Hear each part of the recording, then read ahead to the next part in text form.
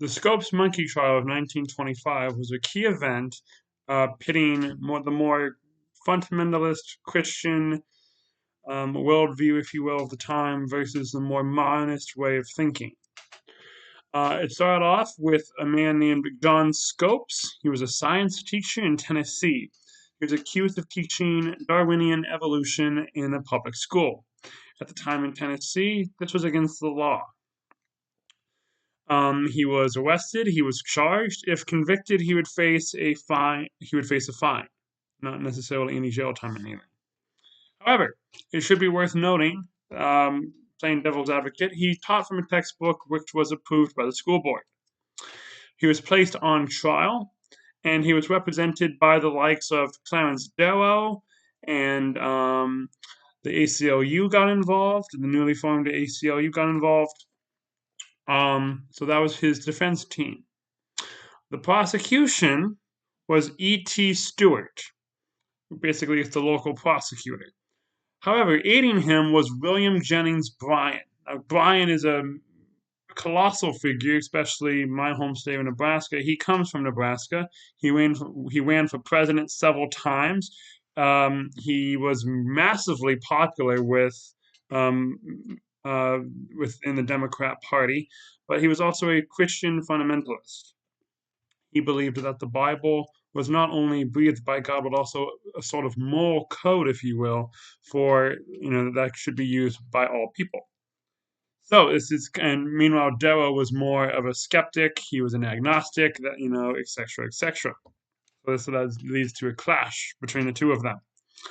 At the time, the case was not about whether evolution or the biblical creation was true or untrue, but more a matter of what the state considered legal or illegal. And also about how kids should be educated. Bryan famously mentioned that the state is the taxpayers of the state are what ultimately pays the paychecks of these teachers. Therefore, teachers should follow the letter of the law by each state. Simple as that. All right. During the trial, Darrow and Bryan kind of face off several times, with Darrow kind of taking the Bible and saying that we shouldn't use it as a scientific text. Bryan gives a riveting defense of the Bible, where the massive crowd of spectators who've gathered around the country into this small town of Dayton, Tennessee, they find Bryan's defense riveting, because it's from Tennessee, it's the Bible Belt, so they applaud Bryan.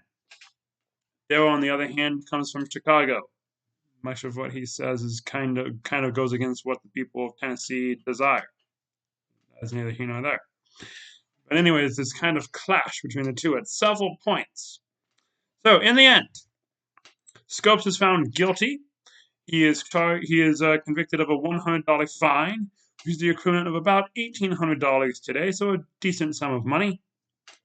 However, that conviction would be later overturned by the Supreme Court of Tennessee on the technicality that Scopes' fine was imposed by the judge and not the jury. At the time, Tennessee judges could not impose a fine of more than $50. The aftermath. Bryan ends up dying, I guess, a few days later. He's kind of like this giant among the Christian fundamentalist movement. Therefore, it kind of leaves a void in their movement. And some have argued that his quick passing after this trial is largely what leads to the decline in Christian fundamentalism until the 1970s and 1980s, where the likes of Carter and especially Reagan take over and kind of showcase the more Christian conservative movement, if you will. Thank you.